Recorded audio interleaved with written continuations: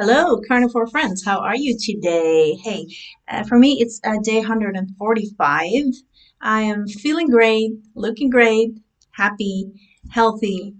Yeah, and I just realized that I am approaching my fifth month anniversary for the Carnivore. So I started at October 2nd, 2023. And yeah, with the little hiccups and ups and downs and figure things out, still going strong. And just now I was doing the dishes. And while I was washing up, I was like, what is it with the carnivore diet that people keep sticking to it? Why? What is it about the carnivore diet? I mean, okay, so the first reason I thought of was like you are, let's say, assume that on the SAD diet you're addicted to sugar and carbs. And with the carnivore diet, you actually go through a withdrawal and you detox and you get off of sugar, which means you're no longer craving for them. But so, what's the reason that um, we never go back to sugar? And because, well, actually, sometimes we do in the beginning. And, well, let's say, for example, you are drinking every now and then. You have a glass of wine, or you're drinking in the weekends, for example. And then the consequences will be that the next morning you'll be sick, which is widely accepted and you know it in advance. And that's why it's usually don't go to work in the morning the next day. You do it in the weekends when you have your day off. You have a good time, you drink, and then the next morning you feel sick and hungover and you regret it a little bit. You're like, oh, why did I have that last drink? I should have quit while I was, having fun. Anyway, but the point is that you know in advance that you're going to be sick and you calculate it into, all the things you're doing. You weigh it like, should I not? Should I? And then when you're sick, it's accepted, right? So I think with the sugar, when we are on the standard American diet, um, so when we're on the SAD diet, we're just eating a lot of carbs and sugar, and it's a part of our diet.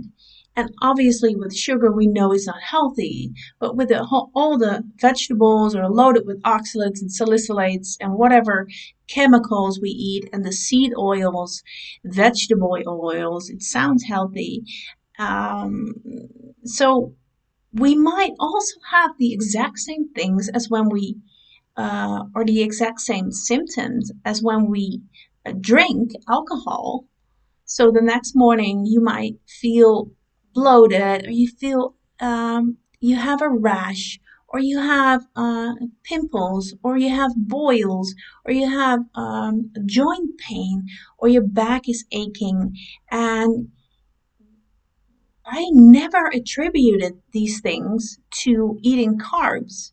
I would assume that when my back hurts, like I would associate it with, oh yeah, I lifted that heavy bag yesterday, so that's why my back is hurting.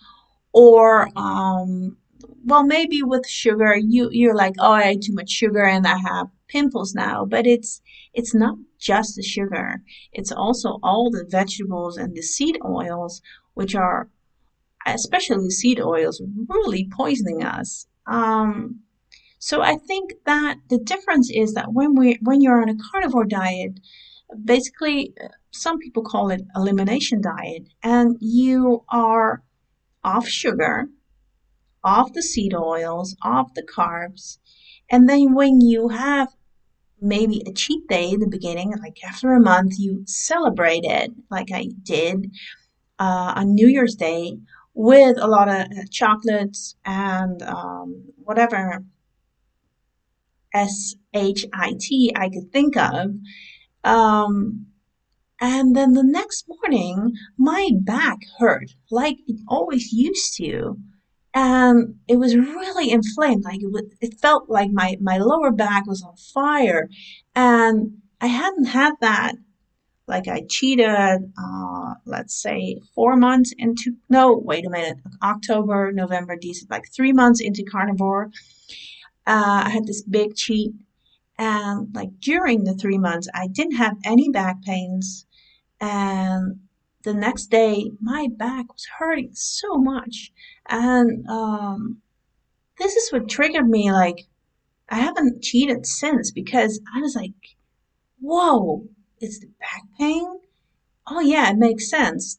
The inflammations. I also had some acne and a little bit of itch and rash and some pimples in the familiar spots. I always get them there.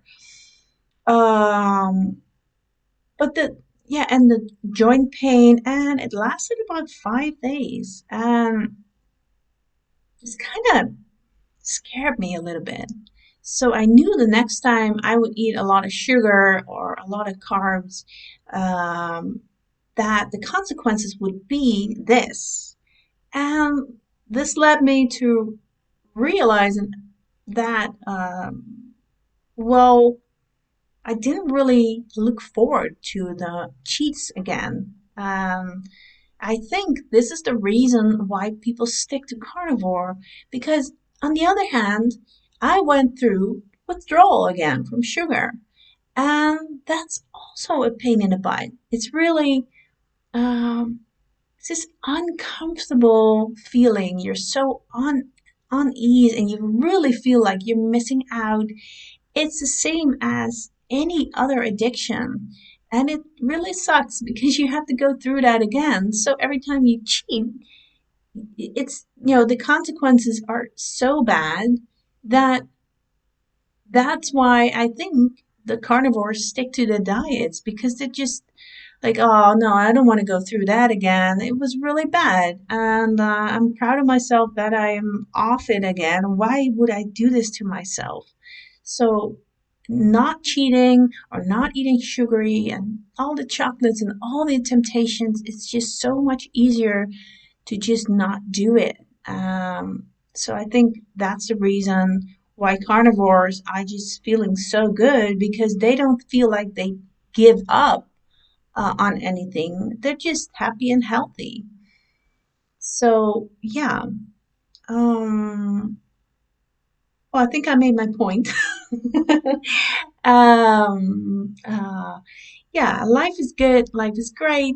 Um, it's a weekend and it's raining, of course. Anyway, I wish you a great weekend and all right, be safe. Bye bye.